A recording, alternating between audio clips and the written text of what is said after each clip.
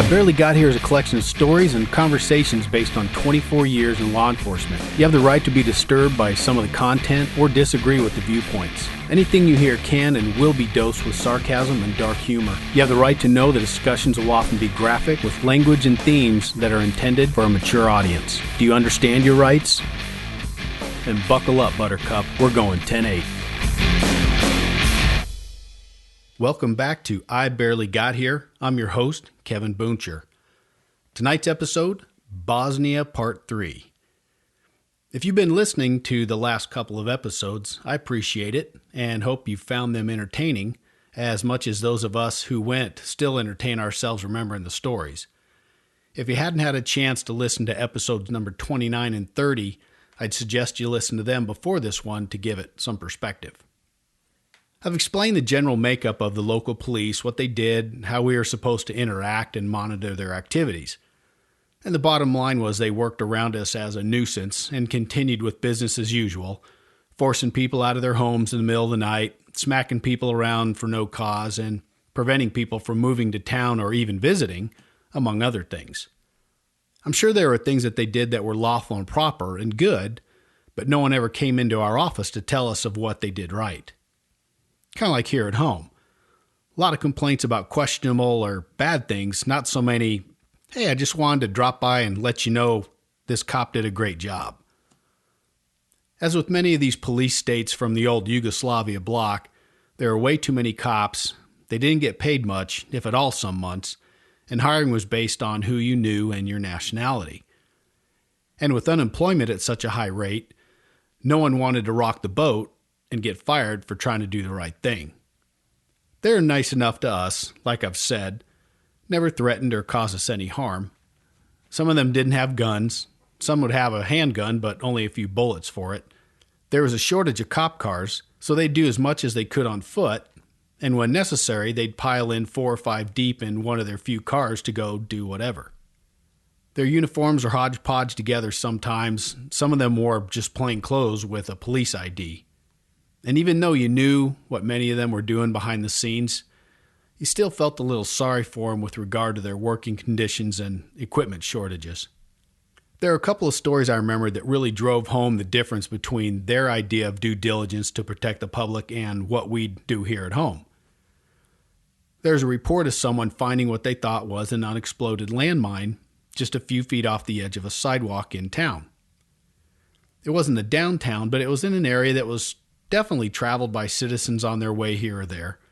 So the cops go out along with some EOD guys from the British military base and then a couple of us. Once they get there, they quickly determine that it's not a mine, it's actually an unexploded anti-tank rocket, which is worse according to what the Brit EOD guys told us. So our assumption was that someone's going to stay and keep watch over it until it can be rendered safe and removed from the area. Or so you'd think. Well, the Brits say, hey, it's not our responsibility, and they're not really going to do anything else further other than helping to identify what it was. They say the local cops need to call their own region's military units to come and deal with it. Makes sense, I can understand that. Their job was to keep the peace and keep the UN personnel safe, not really things like this unless it's a definite emergency. The cops are okay with that, and they say they'll make the appropriate calls to get someone over there to take care of it. When we ask them what they're going to do to keep the area safe in the meantime, they look at us with kind of a blank look that says, well, what are we supposed to do? Well, don't you think you should do something to keep someone from stumbling upon it and blowing themselves up? Or keep a child from finding it and getting blown up? They didn't really grasp the concept. I think the gist was if you're dumb enough to mess with it, then it's your fault. They seem to be a little more compassionate about it with regard to a kid, but same thing. You shouldn't mess with it or that's what's going to happen.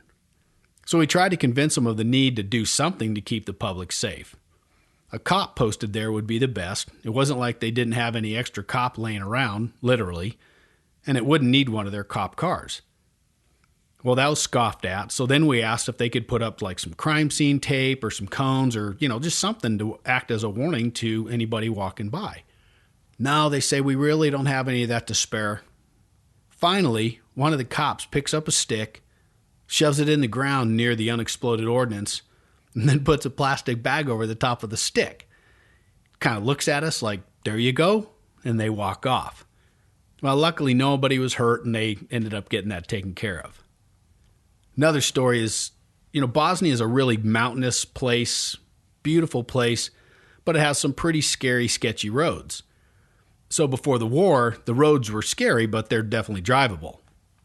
After the war, you really had to pay attention. I mean, there were huge potholes, there were craters, there were places where half the road had slid into the river and was basically gone. But the worst part of it was bridges, or the lack of a bridge. As I mentioned earlier, the front lines moved here and there over the course of the war, and then our understanding is that as the war was coming to an end, part of the retreating military's movement involved blowing up the bridges behind them. So this made it nearly impossible for the other side to pursue them. I get it. But it also made it awful hard for the regular folks to get about their business afterward, and some of this stuff lasted for years. Well, when we get there, all these roads that are impassable are marked on these maps that we get from the military units nearby, and then we'd know not to use them until they were repaired or not repaired, and you just never used it again. And for the most part, the regular folks knew about these missing bridges, and then they just reroute accordingly, or they wouldn't go places. Part of what we'd do on occasion was we'd check those bridges in our area to see if there's any progress on repairs, or if they were marked, or, if a car had driven off the end of it and was laying in the bottom of the river. We found this one bridge in particular where there was absolutely nothing to indicate that it was gone. And if you happen to be driving down the road and you were approaching it, until the last minute, it appeared that it was fine and intact. So we bring it up to the local cops for that area. Well, as you can guess, I get kind of that same blank look from the officers I spoke with. They just couldn't understand the concern. The mindset, again, is that if you're dumb enough not to pay attention and you're dumb enough to drive off the end of a blown-up bridge, that's your fault. You should have been more careful. I think they did eventually get a couple barricades out there, but it was still pretty scary. And I explained to him that if we, being, like American law enforcement, didn't barricade or mark off a road hazard well enough, like a missing bridge, and then someone drove off the end of it, the police and the government would be held liable and we'd be sued. Well, they just thought that was ridiculous, and they asked why the police are responsible for people's stupidity. I guess they'd really have been scratching their heads if I told them how litigious our society is and how often there can be a payday for an idiot. I walked to work at the station early one morning, my usual route. As I rounded a corner and started up the small hill to the front door, I noticed that something didn't look right about the parking lot. Something was missing. Well, it was our generator. We had this big semi-portable generator that was provided to us, to our station, by the UN for when there was a power outage. And we didn't have to use it frequently, but it was definitely handy when we needed it. It was another thing that I took care of for some maintenance. I ran it on a schedule, blah, blah, blah. And now it's missing. Well, at that point in the mission, not much fazed me anymore, and I immediately suspected that it had probably been stolen. Well, sure enough, after some investigation, we were able to find out that it had been stolen by UN employees. I don't recall exactly, but it was a couple of the third world guys who'd come in the middle of the night, hitched up a UN truck, and then driven off with it. Shows what a crack night shift guy we had working that night. And if I remember right, I think he was the same nationality as the thieves. Think about that. And we learned this really wasn't an isolated incident anyway. Unfortunately, it was fairly common for the third world guys to steal damn near anything that wasn't bolted down. And by the time that we arrived in our mission, the United Nations had already lost over 300 trucks and SUVs. So they'd get stuff like our generator and vehicles, get them to a shipping port outside of Bosnia, and then load it and other stolen UN property into these shipping containers to ship home to their home country. It was quite a lucrative racket, and they knew that there was really no risk, because if you got caught, at the very worst, they're probably just going to kick you out of country. Well, our generator was intercepted somewhere in country before they got it out, and we ended up getting it back within a few days. So along with some really cool CTOs, or the leaves, that I went in, there was one in northern Italy that was especially memorable. Mr. Happy, or Kevin, and I decided that we'd go to the Italian Alps for a week, and he'd learn how to ski and I'd learn how to snowboard. So, cool idea. And off we went in February to this place called Paso del Tonale. For that trip, we had to rent a car, and we drove all the way there. And with the exception of Kevin driving the wrong way for about 2 hours while I was asleep, we got there all right. So we stayed in this condo complex that was right at the base of the resort, a nice short walk to one of the lifts on the mountain, so that was cool. We get our stuff rented, go out for the first day, and beat the hell out of ourselves trying to learn our new respective crafts. End of the day, we make our way back to the condo complex, and we walk in. There's this like common foyer area before the door for our condo. Well, that morning when we'd left, we'd noticed that there was a couple of guys working on the security system, and they had wiring and some laptops laying around as part of their work. So when we got back later that day, we see that someone had forgotten a laptop, and it was just laying there waiting to get stolen. So we figure it's better to take it in our room, and then we'll call the general number for the condo complex and explain the situation to them. Look at us doing our duty even on vacation. So we take this laptop, we make a call, and we leave a message. But since we're in Italy and we don't speak Italian, we hope that someone speaks enough English to understand what it is that we're calling about. Well, an hour or so goes by, we eat a little bit, take showers, and kind of start figuring out what we're going to do and where we're going to go for dinner, and then there's this heavy bang on the door. Well, we answer the door, and there's these two Italian police officers. One of them's cradling a submachine gun, and they don't look happy. And they walk right in along with another guy that's in civilian clothes. So I'm looking at Kevin like, what the hell? And he's doing the same, but we both know enough to go with it. Well, they physically split us up immediately, and pretty quick we think it's got to have something to do with this laptop. So they're trying to communicate with us in Italian and getting frustrated that we don't speak it, just like we do in America when we try to talk to somebody in English who doesn't speak it. So I understood that. Well, the cops are a bit irritated, and we're thinking that we're about to get arrested or maybe a beatdown. I mean, we don't know how things are going to work here in Italy. But then the older guy in the plainclothes sees the laptop sitting on the table, and he jumps over to it and starts checking it out, which just kind of confirms that that's what's going on. He says something to the cops, who seem to relax a bit, and then he starts to speak with us in some broken English. Well, we explain our side of the story, and he kind of explains that based on the phone message and their interpretation, they thought we were actually holding the laptop for a ransom, which explains why the cops came barging in now. Well, this guy's the manager of the construction project that they're working on there in that foyer of the condo complex. And he's so happy to get his laptop back, he says, "Hey, can I take you out, get a beer, and I'm buying." Well, never one's to be impolite. We accept it, and off we all walk to this bar close by. And one of the cops goes with us too. So we get to the bar, and we all get beers. Same thing, even the cop gets a beer. And we have a good old time trying to talk to them a bit. And, I'm laughing because Kevin's like, well, Spanish is real close to Italian. So, and I know 20 words of Spanish, so it doesn't really make any difference. Well, the cop leaves after his beer. The guy leaves after his beer with his laptop. And then Kevin and I finish out the night with a couple more beers and some dinner somewhere. But it was a pretty interesting night in Italy. We had a number of really cool CTOs, like I said, at a lot of different places. We went to the UK and France. We made sure to hit the main attractions, the Eiffel Tower, made a run through the Channel, Big Ben, went to the Louvre, saw Mona Lisa and all that stuff. And Kevin had to make us go visit Jim Morrison's grave that's in Paris, which I had no idea. We went to Venice early on with Mike, and we had to laugh when we took a gondola ride because you kind of have to. And then it was the three of us guys together with no girls. But we did see a lot of cool architecture there, and it was just crazy to us that the water is a road and the boats are the cars. Well, Kevin and I were in Prague, Czechoslovakia over New Year's, and it was bitterly cold the entire week, and saw kind of the coolest 600-year-old astronomical clock there in this town square.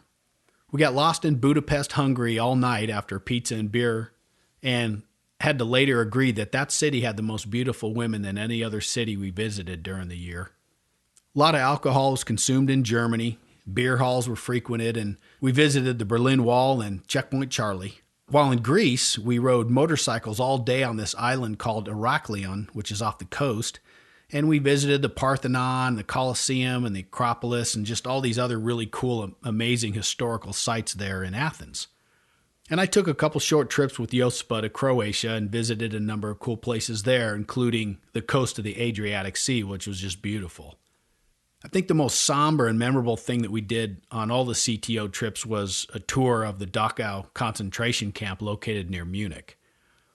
And I don't really have words to adequately explain how it felt, how eerie and sad and somber as we quietly walked around the compound with other people. And then as you stood and looked at the crematorium where you knew that they had just disposed of thousands and thousands of people.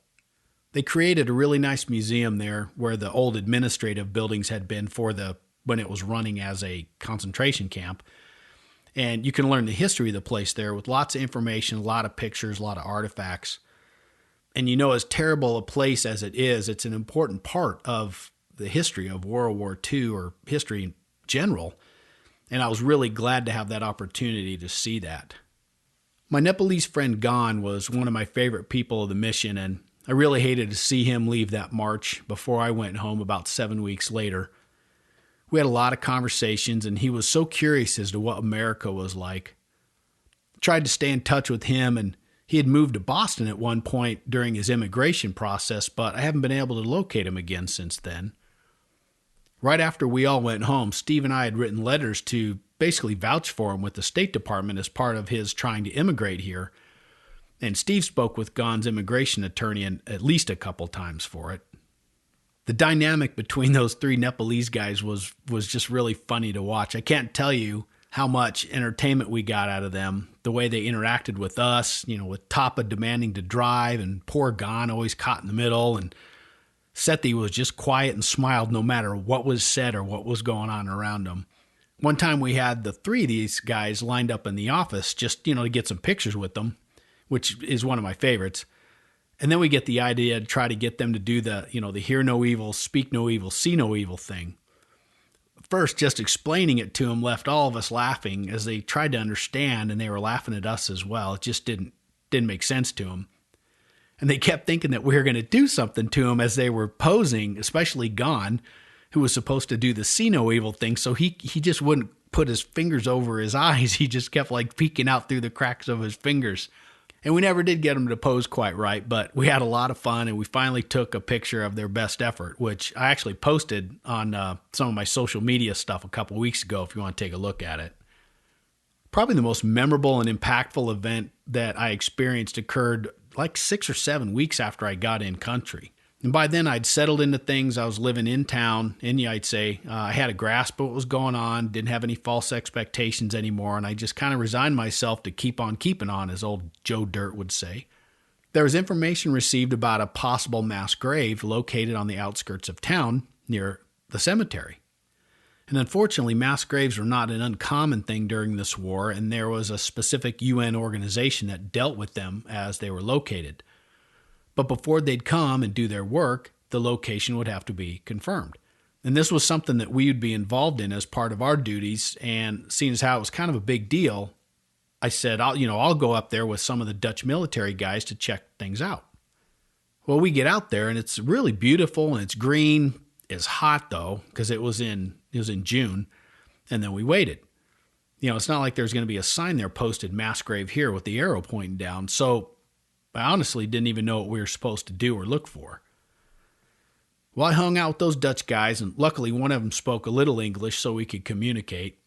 He explained that their orders were to secure the site and keep anybody from digging there prior to the arrival of the UN forensic folks getting there.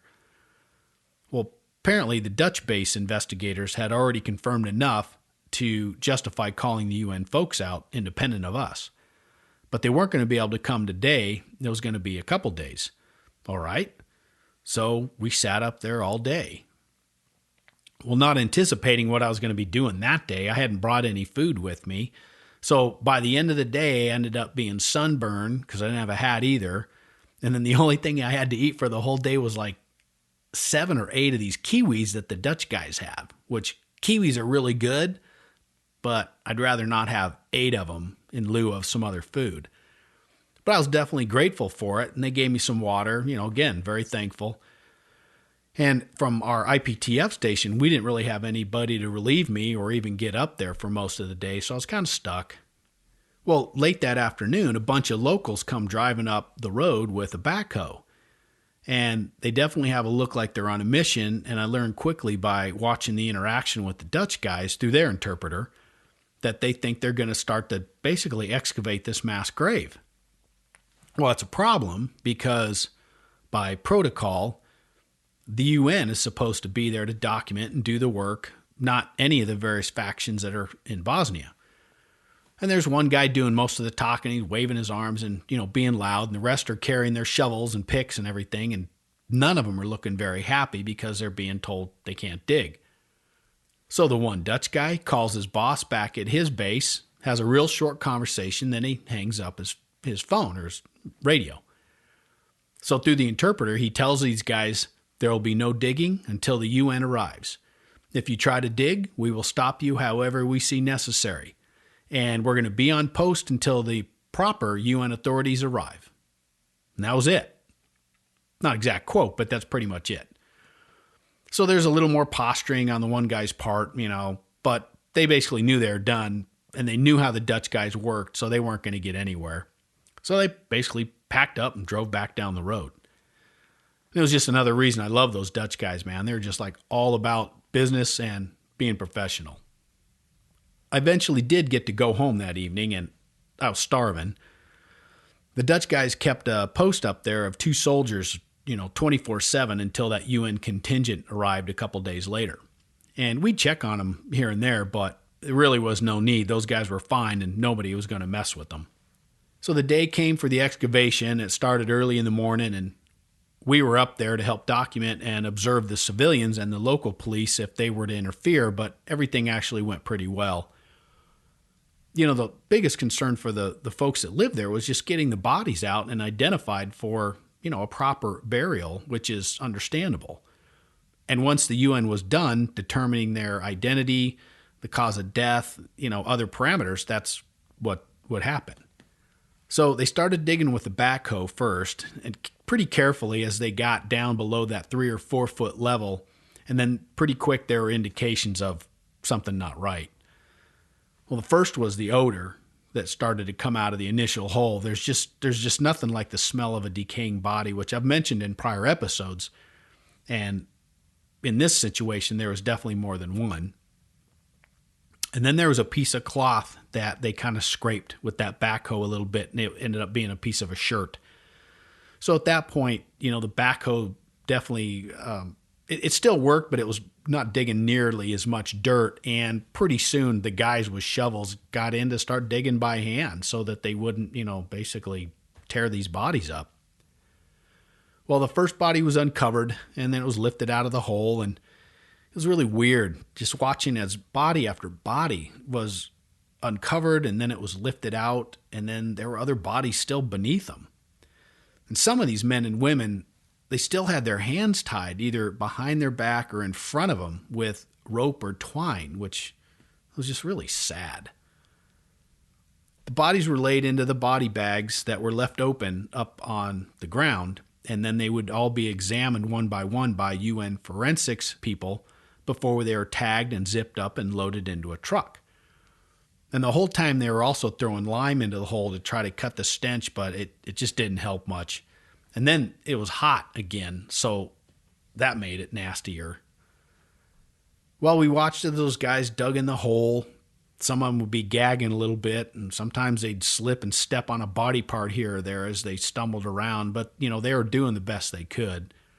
And the ground down there was slightly muddy with the combination of like natural moisture, but also body fluid. So as the hole got deeper and the bodies beneath were more compressed by the weight of other bodies and dirt.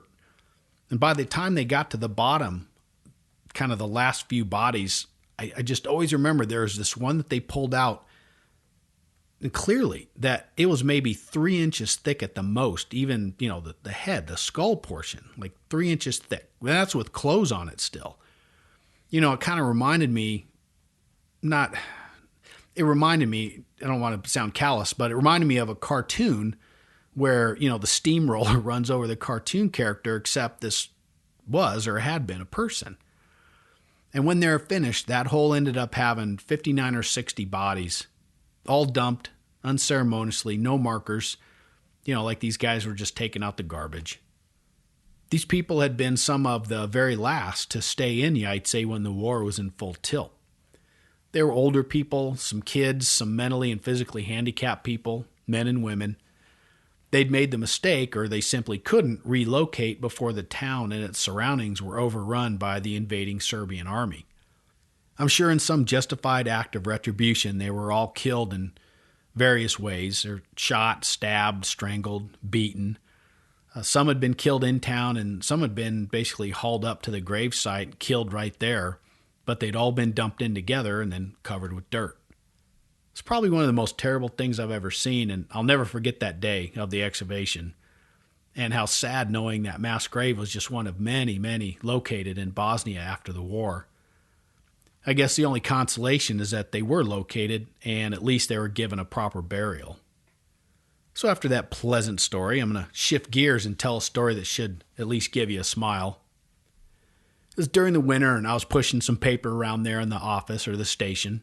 Most of the guys were out doing patrols or inspections or meetings, so I thought I was the only one there.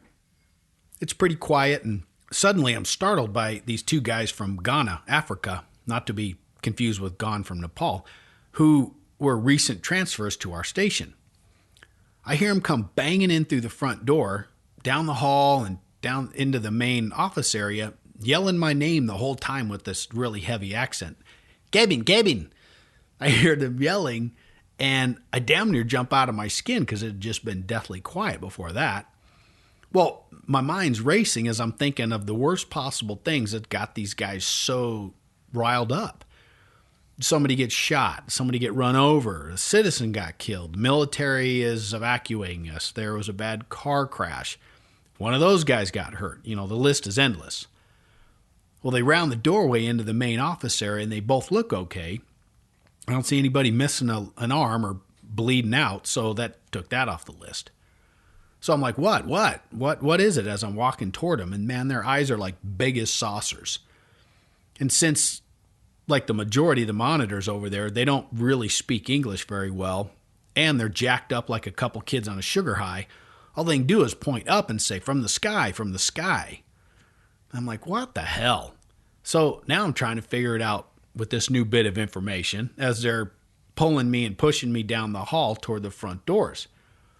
Did a plane crash? Is it, I don't know, ash from a fire? Did a bird fall out of the sky? Who knows?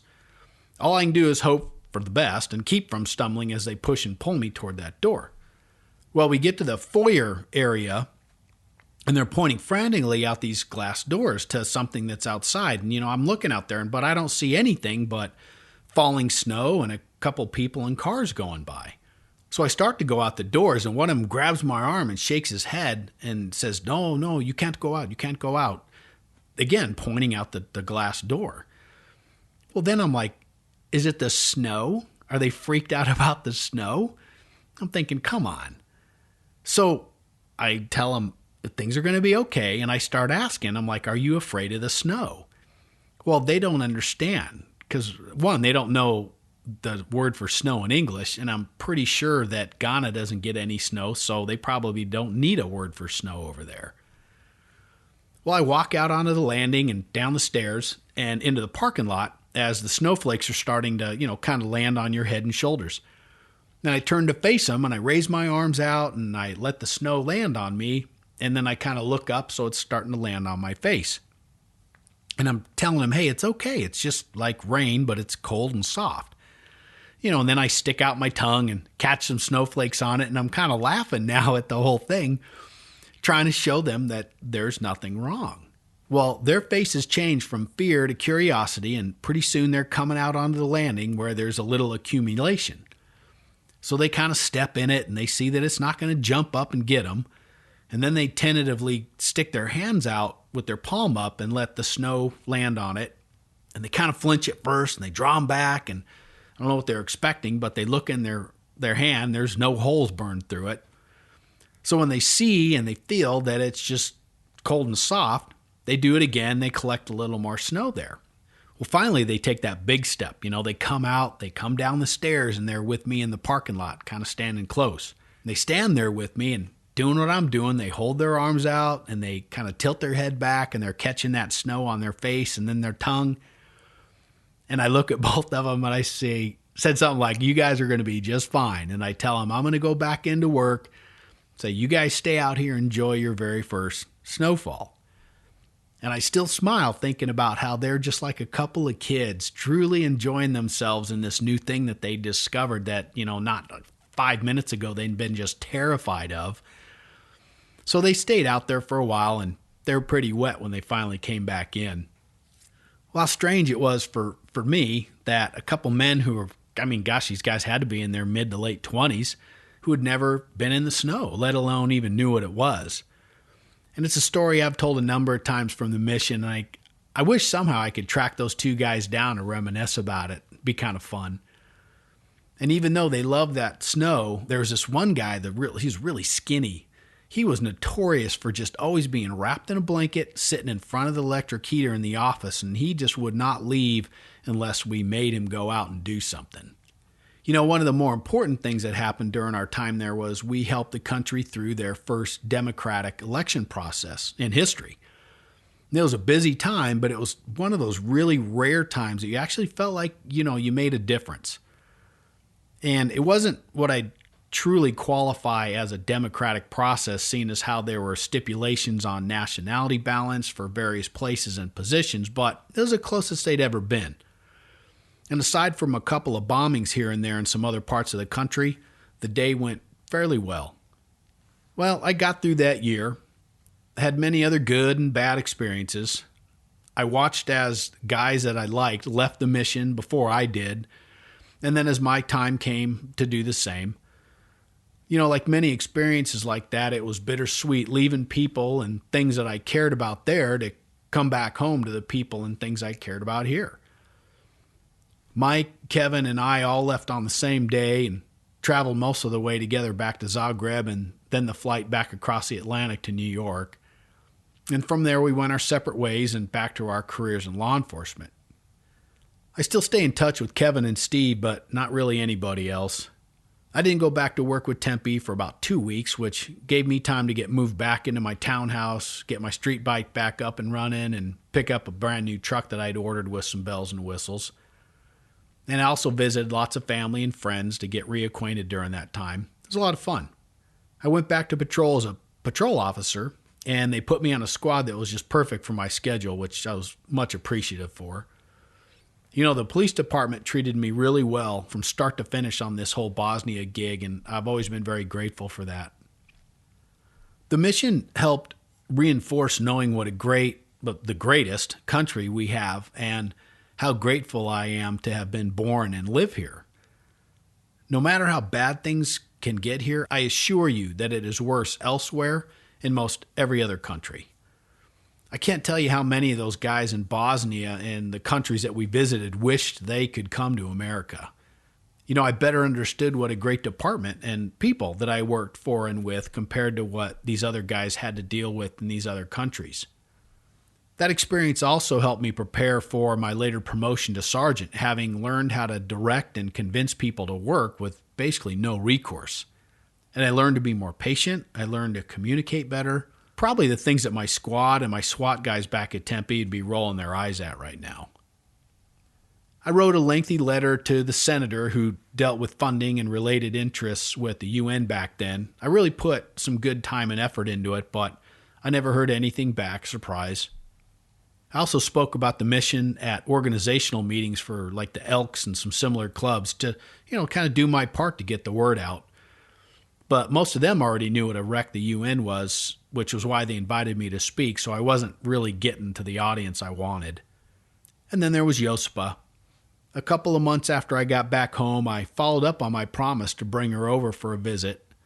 It was fun, and we traveled around over that week and a half, and I really enjoyed seeing her again, but it just wasn't the same. She went back home, and while there was some conversation and phone calls and letters here and there, we lost touch after a few more months. Of course, I hope she's doing well, but I haven't heard much about her for quite a while.